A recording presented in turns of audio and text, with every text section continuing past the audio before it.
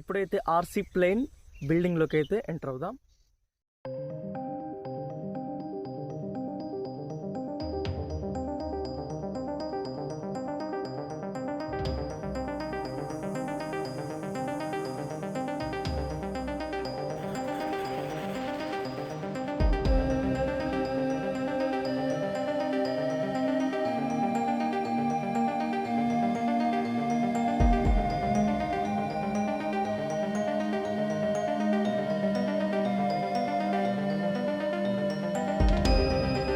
RC plane కొలతలకి వచ్చేసరికి నేను మీకు కింద డిస్క్రిప్షన్లో ఒక లింక్ ఇస్తాను, లేకపోతే క్రోమ్ బ్రౌజర్లోకి వెళ్ళి ఆర్సీ ప్లేన్ క్యాలిక్యులేటర్ మీకు ఈ ఇంటర్ఫేస్ అయితే వస్తుంది. ఈ వెబ్సైట్లోకి వెళ్ళిపోయిన తర్వాత మీరు ఫస్ట్ అయితే ఆర్సీ ప్లేన్ వింగ్, మీరు ఎంత వింగ్ లెంత్ అయితే ఎంత ఉంచుకోవాలనుకుంటున్నారు, సో మీ wing length 20 inches 28 inches 30 inches మీరు ఇక్కడ ఎంటర్ చేసేస్తే మీ యొక్క fuselage length, horizontal stabiliser width length, vertical stabiliser width length మీకు ఇక్కడ టోటల్గా ఎంత ఉంచాలి అనేది ఇక్కడ మెన్షన్ చేసి చూపిస్తుంది. అంతేకాకుండా మన వింగ్కి హారిజాంటల్ స్టెబిలైజర్కి ఎంత గ్యాప్ ఉండాలి, మన మోటార్కి వింగ్కి ఎంత గ్యాప్ ఉండాలి అనేది ఇక్కడ మీకు టోటల్గా చూపిస్తుంది. మనం యూజ్ చేయాల్సిన ఈఎస్సీ, అంతేకాకుండా యూజ్ చేయవలసిన బ్యాటరీ కూడా మనకి ఇక్కడ సజెస్ట్ చేస్తుంది.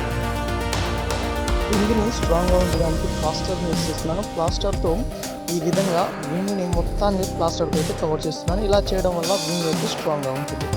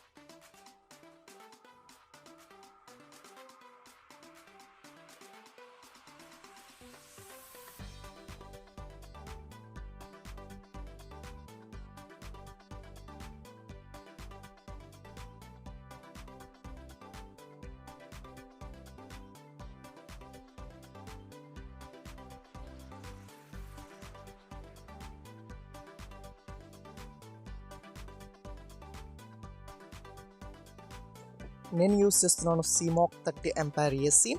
ఈ ఏసీని మన మోటార్ యొక్క 3 బుల్లెట్ కనెక్టర్స్ అయితే కనెక్ట్ చేస్తున్నాను. మిడిల్ వైర్ని సిగ్నల్తో కనెక్ట్ చేసి మిగతా 2 వైర్స్ని ఎటైనా మీరు కనెక్ట్ చేసుకోవచ్చు. వాటిని ఇంటర్చేంజ్ చేసి మోటార్ డైరెక్షన్ అయితే చేంజ్ చేసుకోండి. ఇక్కడ నెక్స్ట్ వచ్చేసరికి మన రిసీవర్ని తీసుకొని మన కనెక్షన్ అయితే రిసీవర్ టు మన సర్వోస్కి కనెక్షన్ చేయాలి. పక్కన ఇమేజ్లో చూపించిన విధంగా మీరైతే ఇక్కడ 3 సర్వోస్ని అండ్ మన ఈఎస్సీ జంపర్ లీడ్ అయితే కనెక్ట్ చేసుకోండి మన రిసీవర్కు.